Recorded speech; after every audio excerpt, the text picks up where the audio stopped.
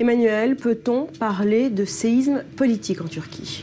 C'est une grosse surprise, c'est une grosse déception bien sûr pour Erdogan, qui espérait obtenir une majorité absolue, surtout pour changer la constitution.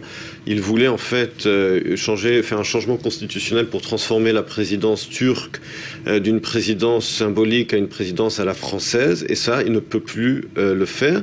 Mais surtout, le parti qui lui a volé cette victoire, c'est un parti kurde, avec des revendications également nationales. On sait que c'est un dossier très sensible en Turquie, des volontés également indépendantistes qui sont opposées par la majorité de la classe politique turque.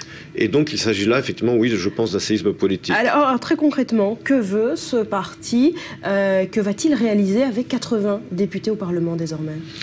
D'abord, il représente 20% de la population. Il est un peu la continuité du PKK qui était la lutte armée contre le régime turc. Et je pense qu'aujourd'hui, il va essayer d'obtenir le maximum d'autonomie culturelle. Je ne pense pas qu'officiellement, ils veulent avoir un État kurde indépendant, puisqu'ils luttent plus pour une autonomie qu'ils n'ont pas aujourd'hui, pour leurs droits culturels, etc., au sein de la Turquie, plus de droits également civiques.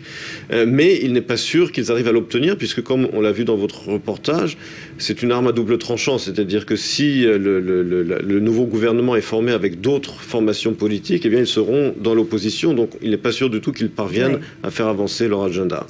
Alors, on l'a dit, Erdogan a perdu pour la première fois en 13 ans sa majorité absolue au Parlement. Comment vous expliquez ce premier raté électoral finalement du président, du tout-puissant président, qui avait transformé ce scrutin en référendum sur sa politique et sur sa personne?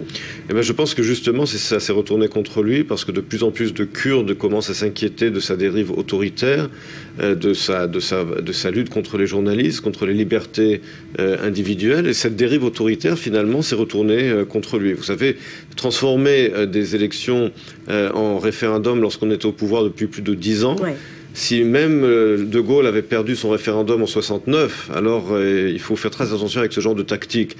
Et Erdogan en Turquie, cette dérive, alors même que l'économie aujourd'hui n'est pas aussi bien qu'elle ne l'était il y a quelques années, que sa politique étrangère également inquiète beaucoup de Turcs, je pense que ça s'est retourné contre lui, il en a payé le prix, ce qui est une bonne chose pour la Turquie, parce qu'il y avait là une dérive inquiétante. Il est important que cette dérive ait été limitée par l'électorat turc. Voilà, victoire pour les défenseurs des libertés dans le pays. Merci beaucoup, Emmanuel Navon.